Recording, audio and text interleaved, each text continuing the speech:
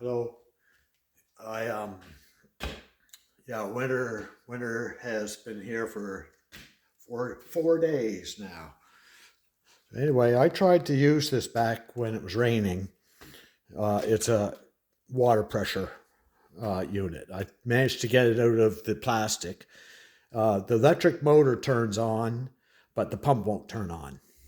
A couple years, it's been sitting for over a year, and a couple years ago, it was getting sticky. You had to turn it on and off several times, and then all of a sudden, the pump would kick in, and then water would start spitting, and then everything was fine. But I believe the water pump is seized. Does anybody know anything about this? Where I'd take it apart to try to unstick it? But anyway, it's like 20 years old, so worst comes to worst, it's done its time.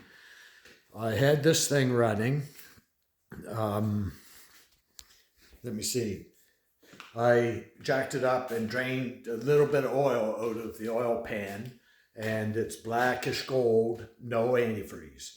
So that's a real good sign. And when I changed the oil, when I first bought it, there was no antifreeze in the oil. So the coolant leak, foaming the antifreeze, is a. It only happens when it's up to total up hot in around traffic, park lots, red lights, and that kind of stopping and stuff. When you're out just driving along, it was never a problem. But anyway, I stopped driving it because I didn't want antifreeze going in my oil, and you don't drive a car when it needs a head gasket. Now, I had it running for about 15 minutes. It sounded good. The alternator still chirps a little bit. Not as bad as it did the first couple times I put it on, but it was a supposedly professional, rebuilt, expensive Ferrari alternator. But it chirped like crazy the first time I used it. And then after it warmed up, it was quiet, and it charges like 14 something. But anyway, it's still chirpy a little bit, but I only let it run for 15 minutes. So if I'd gone for a drive or whatever, it would have I'm sure that chirpy alternator would have started up. But I didn't run it long enough. I opened up one of the bleeders, and antifreeze poured out. No air. It doesn't have that big a hole. Small hole. And I also, before I had it running, I took the two questionable cylinders that I had antifreeze in, and I took the blowgun, and no antifreeze was in there from sitting. And I sprayed a little oil there a year and a half ago, and when I put the plugs back in. So I took the blowgun today and I blew it, and no oil or antifreeze came out the hole. So I tightened up all the spark plugs and put all the spark plug caps on it and fired it up, and it ran good. I didn't video it for Facebook.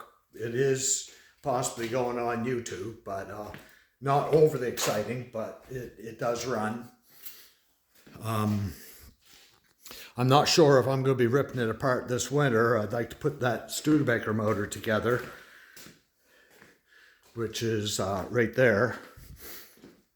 It seems, now this, there it is. The guy narrowed the guides, which another guy told me, oh, that's bad.